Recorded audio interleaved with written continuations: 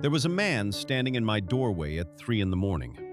I know that sounds like something out of a nightmare, but I wasn't dreaming. I was wide awake, staring right at him. And by the time the sun came up, there were muddy boot prints on my bedroom floor, proving I hadn't imagined a single second of it. That's story number 1, and honestly, it's the tamest of the 3 you're about to hear. Stick around, because story 3 still keeps me up at night. Let's get into it. Story 1. The man who followed me home from the desert. I was 26 the first time I went to a music festival out in the California desert. My friend Maya and I had been trying to make this trip happen for 3 years straight. Something always got in the way. Money, work schedules, life. That year it finally clicked, so we booked flights, split a little 2-bedroom rental, and told ourselves we were finally doing it. Neither of us had ever experienced anything like that festival. Thousands of people, wild outfits, music bleeding in from 5 directions at once. Everybody acting like the real world didn't exist for the weekend. It felt like stepping onto a different planet. The first 2 days were honestly perfect. We caught the artists we came for, took way too many photos, ate food that cost more than it should have, and crawled into bed exhausted every night in the best way possible. By day 3, we were running on fumes, but it was the last day, so we pushed through. Before the trip, Maya had suggested we try Molly during the final set, something we'd both done once before without any issues. We agreed to save it for that last afternoon. Looking back, I'd give anything to undo that decision. We took it a couple hours before the headliner. At first, nothing happened, and we joked that we'd gotten a bad batch. Then it hit, hard and all at once. For the first hour, it was everything people say it is. Lighter mood, brighter lights, music that felt like it was wrapping around me. I understood, for a moment, why people loved this. Then I started noticing a man. Not just glancing at him, noticing him over and over in completely different parts of the crowd. Older than the average person there, maybe mid-30s, dark, scruffy beard, black shirt and boots in a sea of neon and mesh. The kind of outfit that stood out precisely because it didn't try to fit in. I told myself it was a big crowd and coincidences happen. Then I saw him by the drink stand. Then between stages. Then near the fence where Maya and I stood deciding where to go next. I finally said something to her. She laughed it off, said the drugs were making me paranoid. And honestly, I laughed too because I didn't want to sound unhinged. But it kept happening. Every time I turned around, he was somewhere in view. Not next to me, just always there. If stories like this genuinely unsettle you the way they unsettle me, go ahead and hit that subscribe button now, because story 3 is going to make you regret not doing it sooner. As the hours went on, the high stopped feeling fun and started feeling wrong. My jaw was tight, my heart wouldn't slow down, and I chalked it up to dehydration and 2 days of no sleep. Then, packed into the crowd for the next set, the man appeared right beside me. He smiled, swayed like he belonged there, leaned in close enough that I could hear him over the bass, and told me I looked good. Asked if I was alone. I said I was with my friend, smiled politely, tried to keep it light so I wouldn't provoke anything. He didn't leave. He hovered. I turned to grab Maya's arm so we could walk away together. And that's when I realized she wasn't there. I spun in a circle looking for her, and panic hit me faster than it should have, probably because of everything already running through my system. The man noticed immediately, asked if I'd lost my friend, offered, a little too eagerly, to help me find her. Something about how fast he offered made every instinct in me scream no. I told him I was fine and pushed my way out of the crowd. He didn't grab me. He didn't have to. I could feel him watching the whole way out. I found a quiet patch of grass and sat down because my body felt like it was shutting off. my vision turned strange. Not blurry, just unable to stay still, like everything was vibrating. I called Maya over and over until one call finally connected, and I just kept repeating where I was until she found me about 15 minutes later. We left the festival that night, hours before we planned to. Every noise on the walk out felt too loud. Every stranger who brushed past made me flinch.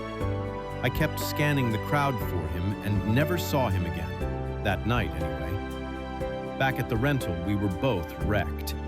Maya wanted to start packing before bed. I told her I'd deal with mine in the morning and crawled straight into the dark. I was still high, but too physically drained to care. I drifted into this half-sleep, not fully out, but not really awake either. Then I opened my eyes. I don't know what woke me, but the second I looked toward my bedroom doorway, there was a tall, still figure standing in it, facing me. For a second, my brain tried to tell me it was just Maya, but it was too broad, too tall. And then I saw the face, even in the dark. It was him, the man from the crowd. I started screaming, not yelling, screaming, and yanked the blanket over my head like a 5-year-old. By the time Maya burst in and hit the light switch, the doorway was empty, nothing there. She kept asking what happened while I sobbed out an answer I could barely form. She told me, gently, that it had to be the drugs, some kind of come-down hallucination.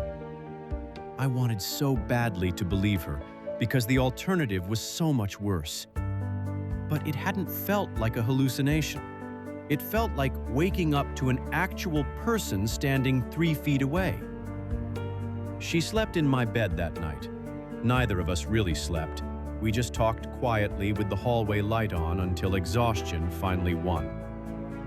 The next morning, Maya's scream woke me up.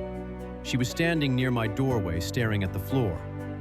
I looked down and saw muddy boot prints on the hardwood, starting near the front door, running down the hallway, and stopping exactly, precisely where I'd seen that figure standing. Then they turned around and led right back out the front door. That was the moment I understood this wasn't a drug-induced hallucination. Someone had actually been inside that house. And unless it was the wildest coincidence imaginable, it was him. We checked every room. Nothing was missing, which somehow made it worse. This wasn't a robbery. We packed in record time, barely speaking, and reported the break-in to the rental host with photos of the boot prints as proof. We made it to the airport and flew home without incident, but that trip has never really left me. I haven't touched anything like that again since, and to this day, I still glance at my bedroom doorway before I look anywhere else in the room. Story 2. The photos from the beach. The next summer, my college girlfriend Sophia invited me to stay with her family at their house in San Diego. My parents basically pushed me out the door since I had nothing else going on. I landed on a Friday afternoon, and Sophia and her dad picked me up in an old sedan and drove me out to a beautiful house right on the water. My room was on the lower level, separate from the rest of the family upstairs, with a great view of the beach and a clear sight line to the exterior staircase leading up to the front door. I unpacked, met Sophia's mom, who was warm and welcoming, and then Sophia dragged me down to the beach to catch the sunset for some photos. The beach was packed, so it took nearly 100 shots before she was happy with the results. When I scrolled back through them later, something felt off. In photo after photo, there was a man in the background, sometimes watching Sophia, sometimes looking straight at me. When I glanced toward where he'd been standing in the most recent shot, he was already gone. I mentioned it to Sophia. She shrugged it off completely. I didn't push it, but a familiar unease started creeping in, one I'd carried since that festival trip the year before. I told myself I was just being paranoid. Later that night, we headed to a bonfire one of Sophia's friends was hosting a couple minutes down the beach. While I was on a call with my manager, catching him up on my trip, I glanced over and saw a dark figure standing near the edge of the firelight, just watching me. I turned away and kept talking like nothing happened. My manager asked if I was okay. I must have paused mid-sentence, and I brushed it off as being startled by something random. By the way, if you're the kind of person who reads every comment section looking for someone else who's had something similar happen to them, drop your story below. I read every single one. The party wound down, and since Sophia had a bit too much to drink, we grabbed a ride home with a sober friend instead of walking the beach like usual. I slept in her room that night. I didn't feel right being alone in my room downstairs, so close to the water. The next day, I woke up feeling sick and spent the whole day in bed, telling her family I just needed rest. Around 7 that evening, Sophia knocked to let me know they were heading downtown for dinner and would be back before midnight. I nodded and went back to sleep. I dreamed about someone tapping rapidly on glass. It got loud enough that it pulled me out of sleep, and the tapping didn't stop right away. I rolled toward the window that faced the exterior staircase, and there he was, the man from the photos, hood up, standing at my window, waving. He turned and bolted up the stairs. Seconds later, I heard the front door open upstairs. I threw my weight against my bedroom door, heart slamming, thinking the front door was locked. How is he inside? I heard nothing for a moment. Then, the handle on my door started jerking hard, someone shoving their weight into it from the other side. It didn't give. Then, just as suddenly, he backed off. I called 911 immediately. It took 5 agonizing minutes before I heard police at the front door. By the time I felt safe enough to leave my room, he was long gone. Sophia's family arrived right behind the police, panicked, and I heard Sophia scream from her room upstairs. I ran up and found her pointing at a small camera tucked into the corner of her ceiling, one that hadn't been there before. The police bagged it as evidence. He'd also taken some of her clothes and swimwear from her room. I stayed out the rest of the week, but months later, I still think about how close that door came to giving in, and what exactly he was planning to do once he got through it. Story 3. The Voice in the Shed. My girlfriend and I booked a getaway to a desert town outside Palm Springs last year, just looking for somewhere quiet to unwind by a pool for a few days. We found a sleek, modern, one-story rental about 15 minutes from the main strip, right where the neighborhood thins out and the open desert takes over. Big glass doors, a private pool, one of those small storage sheds tucked against the side of the house. The listing promised total privacy. That should have been my first red flag. The host never met us in person, just a door code and a welcome text. The first night was uneventful, except for a faint thump against the side of the house around 2 a.m., which I chalked up to the desert cooling down and the structure settling. Day 2, lounging by the pool, we both thought we heard a voice calling out somewhere in the distance. There was nothing around us for what felt like a mile. No sidewalks, no neighbors in sight, just sand and scattered rooflines. We laughed it off as wind or an animal. If you've never had a bad feeling about a rental property before, honestly, count yourself lucky. And go ahead and like this video, because story 3 is where things stop being subtle. Night 3 is when it all fell apart. I was still awake around midnight when I noticed light bleeding through the blinds. I assumed a car had driven by until the light didn't move. I peeked through the slats and saw one of the backyard motion lights switch on. 20 seconds later, it clicked off, and another one, farther down the side of the house, clicked on. My stomach dropped because it didn't look random. It looked like something moving in a straight line along the house. I told my girlfriend someone might be outside. She sat straight up, terrified, as a third light triggered near the back fence, then a fourth near the pool. It looked exactly like someone circling the house.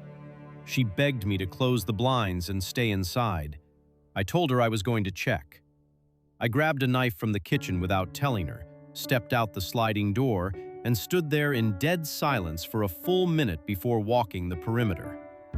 Nothing. I nearly convinced myself it was an animal setting off the sensors until I found fresh shoe prints in the dirt along the side of the house.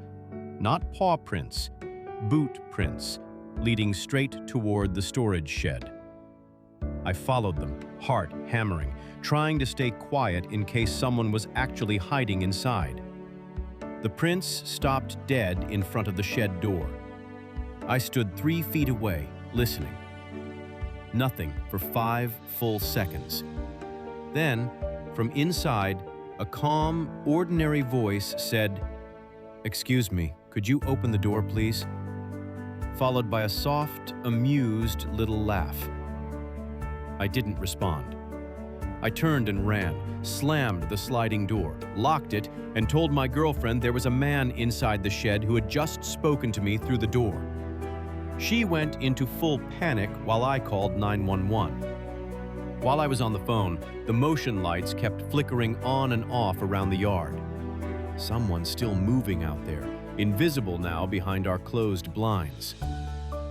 Police arrived about 20 minutes later, which felt like hours. They cleared the shed and found it empty, along with empty water bottles and food wrappers, suggesting someone had been staying in there for a while. One officer mentioned it wasn't uncommon for people to camp out in isolated vacant rentals undetected. Before we finished packing to leave, another officer found a dirty baseball cap shoved behind our couch, one that neither of us owned and that hadn't been there when we arrived. That single detail rattled me more than anything else that night. It meant he might have been inside the house itself at some point while we were there. Possibly while we were asleep. We left immediately, messaged the host repeatedly with no response, and ended up in a motel for the night. It took about a day of back and forth with the rental platform's support team before they refunded us for the unused nights. The host never responded. Not an apology, not an explanation, nothing. We tried to salvage the rest of the trip, but I keep coming back to how calm that voice sounded. Like the whole thing was a joke to him. Like he genuinely expected me to open that door. 3 different trips, 3 different states of mind, but the same quiet, creeping realization each time. That being watched isn't always a feeling you can talk yourself out of. Sometimes it's proof, muddy on a hardwood floor. Sometimes it's a camera in a ceiling corner. Sometimes it's just a calm voice through a locked door, waiting for you to open it. If this kept you on edge the way it kept me writing it, do me a favor and hit subscribe. This channel puts out stories like this every single week, and you don't want to miss the next one. Drop a comment telling me which of these 3 would have scared you the most, and I'll see you in the next video.